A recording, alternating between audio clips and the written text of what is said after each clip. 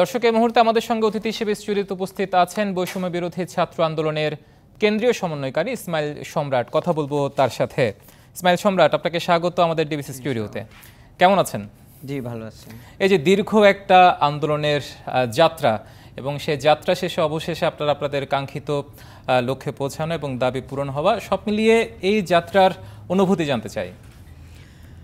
আমরা দেখেন, দীর্ঘদিন আমরা বাংলাদেশে এই স্বৈরাচার ফ্যাসিস্ট খুনি হাসিনার বিরুদ্ধে যে আন্দোলন সংগ্রাম করে আসছে, বাংলাদেশের যে গণতান্ত্রিক আমি মানুষ, আমরা বৈষম্য বিরোধী ছাত্র আন্দোলন সেখান থেকে জনগণের চাওয়া অনুযায়ী এক দফা ডাক দিয়েছি। জনগণ আমাদের ডাকে সাড়া দিয়ে এই খুনি ফ্যাসিস্ট স্বৈরাচারকে দেশ থেকে পালিয়ে যেতে বাধ্য করেছে। তো এই মুহূর্তে দেশের দায়ভার আমি মনে করি যে সম্পূর্ণভাবে দেশের নিয়ন্ত্রণ বৈষম্য বিরোধী ছাত্র আন্দোলন তাদের নেতাকর্মীদেরকে সারা দেশে নির্দেশ দিয়েছে। তারা পালিয়ে গেছে, কিন্তু তাদের দোসররা, এই আওয়ামী লীগের পেতারতারা, কুচক্রী মহল, সন্ত্রাসী গোষ্ঠী এখনও এই দেশের ভেতরে, অর্থাৎ আমাদের আন্দোলনের ভেতরেই লুকিয়ে আছে। এই যে আজকে কালকে সারা দেশে আমি যে সহিংসতার কথা শুনেছি, আমি মনে করি সেটা আমাদের আন্দোলনকারীদের মধ্যে কেউ করে নাই, উৎসুক জনতায় কেউ করে নাই। প্রত্যেকটা জায়গায় পরিকল্পিতভাবে সন্ত্রাসীরা হামলা চালাচ্ছে, গুপ্ত হত্যা চালাচ্ছে, হামলা চালাচ্ছে, এবং এই জিনিসটা আরও লম্বা থেকে লম্বা হতে পারে। এই জন্য আমি বৈষম্য বিরোধী ছাত্র আন্দোলনের সমন্বয়ক হিসেবে দেশবাসীর কাছে আহ্বান জানাবো, আপনারা এই হামলাকারীদেরকে, হত্যাকারীদেরকে চিহ্নিত করুন। আগামী দিনে তাদেরকেও আইনের আওতায় আনা হবে, কারণ দিন শেষে আমরা একটা সাম্যের বাংলাদেশ চাই। সুতরাং আমি আবারও দায়িত্ব নিয়ে বলবো, যারা এই ধরনের হত্যা হামলা করবে, এটা আমাদের কোনো দায়ভার না, কারণ আমরা আমাদের নেতাকর্মীদেরকে নির্দেশ দিয়েছি, দেশবাসীকে আমরা শান্তিপূর্ণভাবে সব কিছু ধৈর্য সহকারে মোকাবেলা করব। কোনো রাষ্ট্রীয় সম্পদে আমরা হামলা করব না, কোনো ভাঙচুর করব না, কারণ দিন শেষে এই বাংলাদেশটা আমারই। অর্থাৎ আমি সরকারি যদি কোনো স্থাপনায় হামলা করি, সেটা কিন্তু আওয়ামী লীগের টাকা না, সেটা আমার আপনার এই দেশের সাধারণ জনগণের ট্যাক্সের টাকায় কিন্তু সেটা নির্মাণ করা হয়েছে। সুতরাং এই জিনিসটা আমাদেরকে সবাইকে মাথায় রাখতে হবে। এই উদ্দেশ্যে আমরা আমাদের নেতাকর্মীদের সবাইকে, দেশবাসীকে আমরা বৈষম্য বিরোধী ছাত্র আন্দোলন থেকে অলরেডি বেশ কয়েকবার বিবৃতি দিয়েছি। তা আমি মনে করি এটা যারা করছে তাদের একটাই পরিচয়, তারা হচ্ছে সন্ত্রাসী, এবং এই সব পরিকল্পিতভাবে সব কিছু করা হচ্ছে, এটা আমি স্পষ্টভাবে বলবো। কারণ গতকালকে দেখুন, মন্দিরগুলো পাহারা দিয়েছে আমাদের দেশপ্রেমিক ছাত্র জনতা। তারা বিভিন্ন জায়গায়, বিভিন্ন স্থাপনায়, সরকারি স্থাপনায় নিজ দায়িত্বে পাহারা দিচ্ছে, কিন্তু তাদের কাছে তো কোনো অস্ত্র নেই।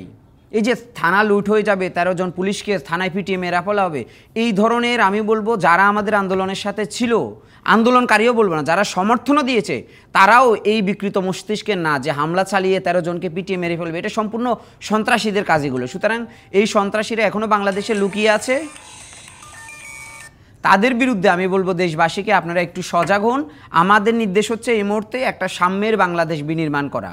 আমরা আমাদের যেই কাঙ্ক্ষিত লক্ষ্যে আমরা পৌঁছেছি, আমাদের যে এক দফা দাবি শেষ হয়েছে, এটা কিন্তু আমাদের শেষ না। আমরা এখন বাংলাদেশটাকে বৈষম্য মুক্ত করতে হবে সম্পূর্ণভাবে। কিন্তু আমরা যদি একইভাবে স্বৈরাচারের মতো আচরণ আবার করি, তাহলে জনগণ বিভ্রান্তিতে থাকবে। আমি বলবো দেশবাসীকে যে আপনারা ধৈর্য সহকারে শান্তিপূর্ণভাবে দেশের একটা শান্তি ফিরিয়ে আনা এই মুহূর্তে সবচেয়ে বড় জরুরি। আর এই মুহূর্তে আমাদের একদিকে আমরা যেভাবে বিজয়ের আনন্দিত, অন্যদিকে দেখেন হাজার হাজার আজকে যারা গুলিবিদ্ধ হয়েছে, সেই পরিবারগুলো কিন্তু এখনও তাদের পরিবার থেকে রক্তের চাপ মুছে নাই। সুতরাং এই মুহূর্তে আমাদের উল্লাস করার সময় আসে নাই। বাংলাদেশকে আমরা সবাই কাঁধে কাঁধ মিলিয়ে ঘুরবো এবং কোথাও কোনো স্থাপনায় হামলা করব না, এটা হচ্ছে আমাদের কেন্দ্রীয়ভাবে নির্দেশনা। কিন্তু কেউ যদি ব্যক্তিগতভাবে ব্যক্তিগত আক্রোশের কোথাও শিকার হয়, কোথাও হামলা করে, সে দায়িত্ব কিন্তু আমরা নেব না। আমরা এটা অলরেডি বলে দিয়েছি, সেনাপ্রধানকে আমরা এটা জানিয়েছি যে আমরা অসহিংস একটা বিপ্লব করেছি, আমাদের এই আন্দোলনটা সবসময় অসহিংস থাকবে। অহিংস আন্দোলন অসহিংস আন্দোলনই থাকবে। এক্ষেত্রে আরেকটা বিষয় বলতে চাই, প্রথমে কোটার যে বৈষম্য সেটি সংস্কার, সেখান থেকে এসে আবার সেই আন্দোলন করতে গিয়ে 6 সমন্বয়ককে আটক, তাদের মুক্তি, তারপর 9 দফা, তারপর 1 দফা। এই যে দীর্ঘ একটা জার্নি ছিল, পুরো জার্নিটার অভিজ্ঞতা যদি আমাদের মাধ্যমে একটু বলেন সবাইকে। দেখুন, আমরা 18 সালে ছাত্র সমাজ কোটা সংস্কার আন্দোলন করেছি।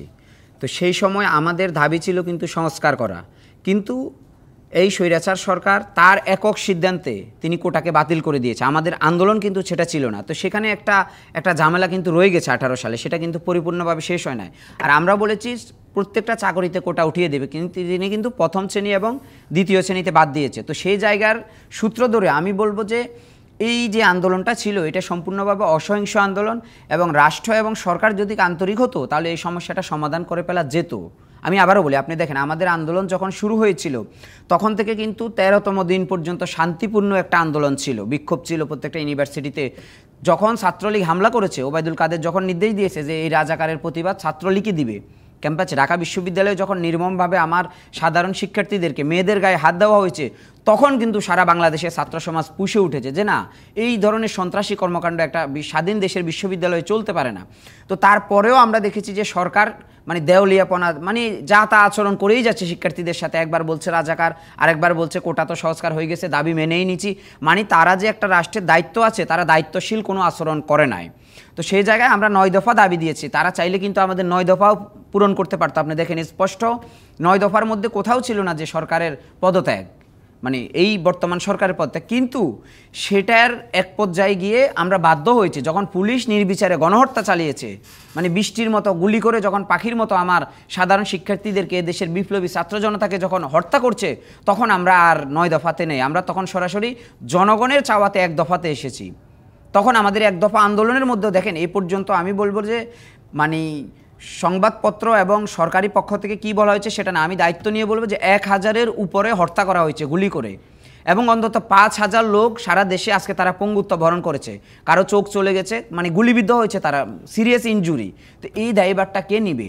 স্বাধীনতার আগে এবং পরে এরকম কোনো প্যাসিস্ট সরকার, আমি বলবো আপনি দেখেন এরশাদের গণ অভ্যুত্থান দেখেন, সেখানে আমাদের 12 থেকে 15 জন নিহত হয়েছে গুলি করে, পুলিশের গুলিতে। তো এত বড় সহিংসতা দায়বার এত ঘটনা করার পরেও সরকার কিন্তু বেসামাল কথা বলেই যাচ্ছে যে এইসব আমরা না, এইসব সন্ত্রাসীরা করতেছে। এই আমি বলবো যে এই আন্দোলনটাকে একটা শান্তিপূর্ণ আন্দোলনকে সরকার ইউজকে দিয়েছে, এই দেশের সাধারণ জনসাধারণকে বাধ্য করেছে রাস্তায় নামার জন্য।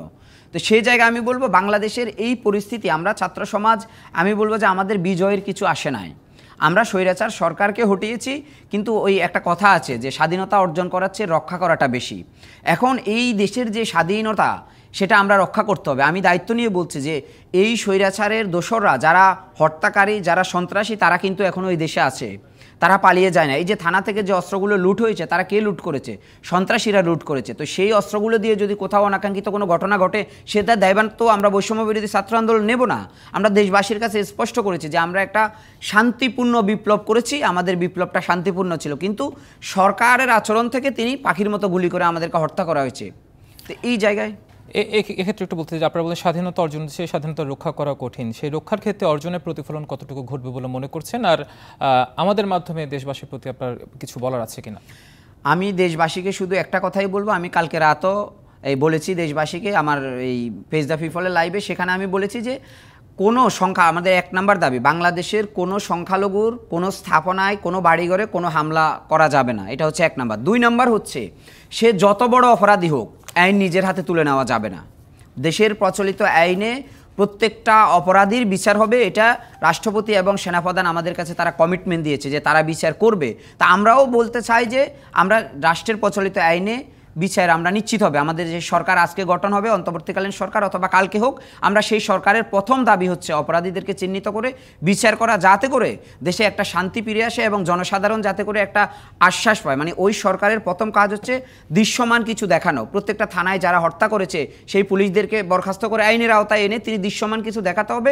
তাহলে এই অশান্ত বিস্ফোরণ স্রোতের মতো মানুষ যে রাজপথে আছে, তাদের নিজ নিজ ঘরে তারা চলে যাবে। তো এটা দায়িত্বের সাথে এই কাজটা করতে হবে, আমি আবারও বলে দিচ্ছি।